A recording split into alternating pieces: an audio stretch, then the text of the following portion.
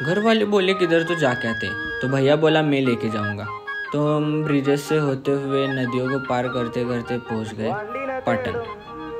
तो पाटण में पोहोचने के बाद पाटण का कैसा आहे, जसं जसं तुम्ही पुढं पुढं जाचिला तसं तसं तुम्हाला वातावरण वेगवेगळं दिसतंय, चेंज होतोय क्लायमेटमध्ये, एकदम क्वालिटी वातावरण एकदम खतरनाकच आहे तिथलं। मग भैया म्हटला जरा बाहेरून बघायला लागते, वातावरण काय गाडीतनं कळत नाही, जरा बाहेरून बघा। मग काय जिंदगी तेरे नाम की मैंने